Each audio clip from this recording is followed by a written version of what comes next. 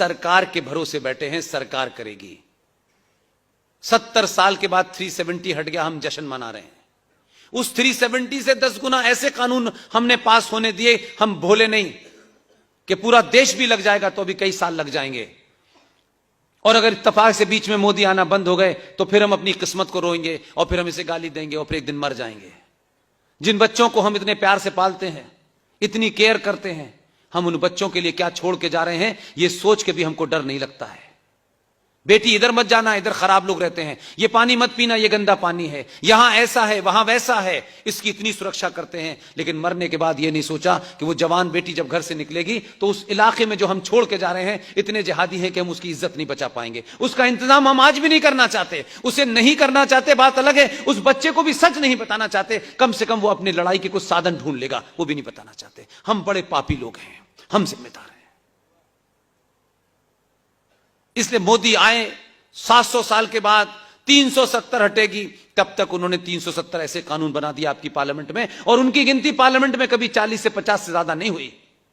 लेकिन वो इस दलाल और मक्कार और लालची समाज को जानते थे। उन्होंने अपनी ताकत से नेताओं को खरीद करके भारत की पार्लियामेंट में वो कानून बना दिए जो बन ही नहीं सकते थे। आपको 370 हटाने के लिए 70 साल लगे, 283 से 303 सीटें लगी, तब जाके 370 हटी। इतने सारी चीजें हैं लाइन से, अभी बहुत सारी चीजें हैं।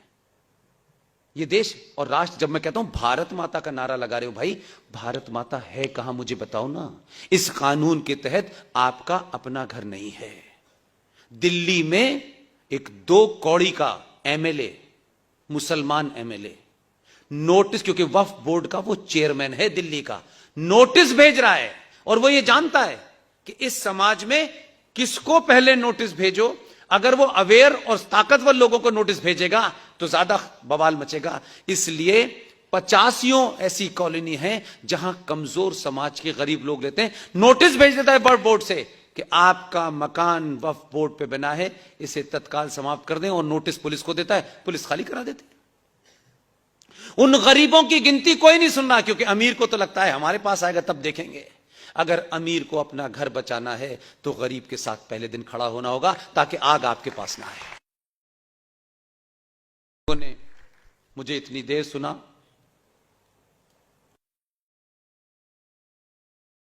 पार्टियां, संगठन ये बनते बिगड़ते टूटते रहते हैं जीवन में। देश टूटता है, देश कभी कभी अपनी टूटे हुए टुकड़े को वापस भी ले लेता है। टूटे हुए टुकड़े को वापस लेने की चाह में जो अपना है उसे मत खो दीजिए। जो आपके पास है वो भी आपका नहीं है। इसलिए 1946 का नारा याद कीजिए। 1946 में नारा लगता था, मर मर के लेंगे पाकिस्तान, लड़ लड़ के लेंगे पाकिस्तान। मैं जिस विश्वविद्यालय में पढ़ा हूं, जहां पैदा हुआ हूं, वहां मेरे सामने नारा लगता था कि लड़ के लिया है पाकिस्तान, हंस के लेंगे हिंदुस्तान। वो नारा आज 2021 में एकदम सच साबित हुआ है। ना वो लड़ रहे, न कुछ इन्वेस्ट कर रहे, न लोकसभा की चुनाव जीत के वहां अपनी गिनती बढ़ाना चाहते। उसने इस समाज की कमजोरियों को उठाया, और कोई पार्टी मुस्लिम चला रही है, कोई आदमी ब्राह्मण ठाकुर कुछ और बना रहा है। योगी को निपटाना है कि इसने ब्राह्मणों को मंत्री नहीं बनाया। योगी से इसलिए नाराज हैं, मोदी से इसलिए नाराज हैं। ये हजारों साल से आप कर रहे थे, आप फिर ये कर रहे हैं। अगर ईमानदार हैं तो आप ये मान के चलें कि जिस चीज के लिए आप कर रहे हैं, मोगी योगी कोई ना कोई आएगा, आता रहेगा। अगर ये समाज चेतन हो गया तो ये राष्ट्र बचेगा, इसकी जमीन बचेगी। हम तमाम सारे लोग अपने निजी स्वार्थों को बाद में देख लेंगे, पहले ये जमीन, ये राष्ट्र की जमीन। और इसमें आखिरी बात कहता हूं ताकि आपको और तार्किक और लॉजिकल हो जाए। आंध्र प्रदेश हाई कोर्ट ने वक्फ बोर्ड के एक मुकदमे को अपने पास लिया, क्योंकि वो जज हमसे भी ज्यादा पागल था, बहुत गुस्सा था उसमें। लेकिन उस जज ने भी वही काम किया जो मोदी योगी ने किया, लेकिन उसकी लिमिटेशन थी। हम इन बातों को सुन के उसमें से अपने लिए जो मैसेज है वो नहीं निकालते, क्योंकि अगर हमने वो मैसेज सही पढ़ लिया तो फिर कहेंगे यार हमने किया क्यों नहीं, हम लोगों को क्या मुंह दिखाएंगे। इसलिए उस बात को मानो ही मत। उस आंध्र प्रदेश हाई कोर्ट के जज ने एक सुनवाई डेलिबरेटली की और डेलिबरेट करके उसने यह कहा कि मैं इसको सुन नहीं सकता लेकिन मैं जानना चाहता हूं, और उसके तहत उसने सारे डॉक्यूमेंट निकलवाए। ये आंध्र प्रदेश हाई कोर्ट के जज का ऑब्जर्वेशन है, ये मेरा नहीं है।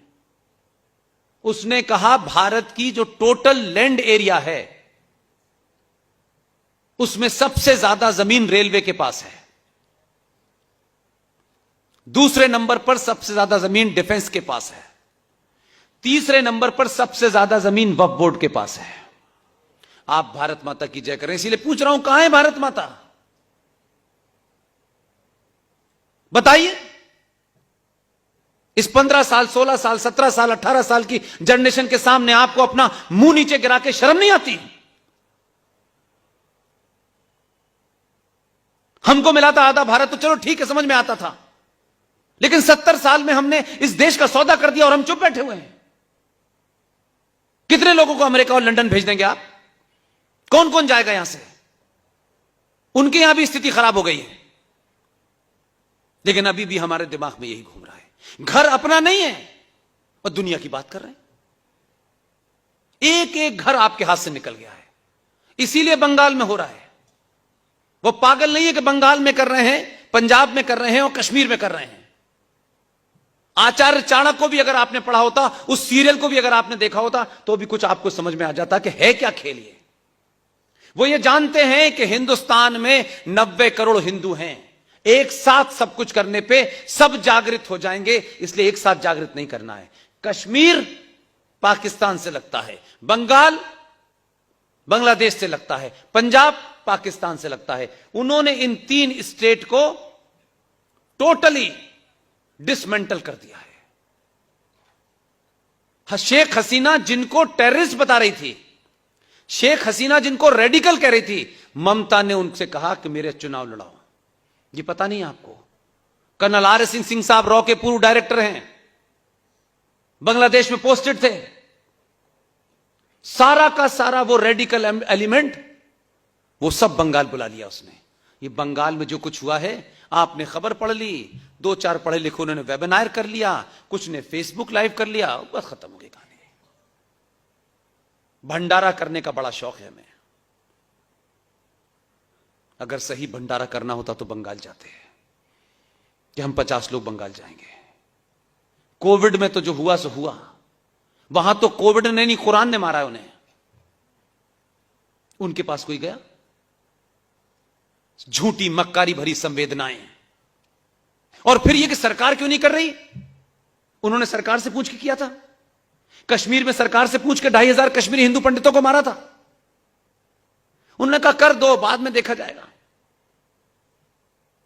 हम देखने के लिए पैदा हुए हैं, अफसोस करने के लिए पैदा हुए हैं, सिर्फ ताली बजाते हैं हम। ये आखिरी चांस है, ये चांस मिलने वाला नहीं है। पहली बार दुनिया ने आपकी ताकत को देखा है, अगली बार ध्यान रखिएगा, आपसे मुकाबला करते वक्त जो आपकी सामूहिक शक्ति है उससे बड़ा हथियार इस्तेमाल होगा। इसलिए इस गलतफहमी में रहिए कि ये ऐसे ही रहेगा। वो ताकतें आपको दूसरी ज्यादा, आपसे ज्यादा ताकत का इंतजाम करके आपके मुकाबले पे खड़े होने जा रही हैं। और आपकी अगर यही कायरता ये रही तो मास लेवल पर वही होगा जो 16 अगस्त 1946 को बंगाल में डायरेक्ट एक्शन हुआ। वहां का मुख्यमंत्री शहीद हुसैन सोहरावर्दी ने बंगाल में पुलिस को 2 दिन की छुट्टी दे दी और पहला मुस्लिम लीग का डायरेक्ट एक्शन हुआ। सड़कों पर 10-10 दिन तक जवान जवान लड़कियों की लाशें, मर्दों की लाशें, 15,000 हिंदुओं को काटा। उसकी तस्वीरें गूगल पे अवेलेबल हैं। डाकिए 16 अगस्त 1946 डायरेक्ट एक्शन बंगाल, सब कुछ मिल जाएगा। उन्होंने कभी अपने आप को नहीं शर्माया, यार ऐसा हो गया वैसा हो गया। और आज भारत में आपके आदमी ने 2002 करा, 90% हिंदू उसके विरोध में खड़ा था, उसके दुश्मन थे। मुझे उसमें समझ में आता है, हमारे समाज को अच्छा दिखना है। 2002 ना होता तो रात को यहां प्रोग्राम ना हो रहा होता। बहुत बहुत धन्यवाद, thank you very much sir.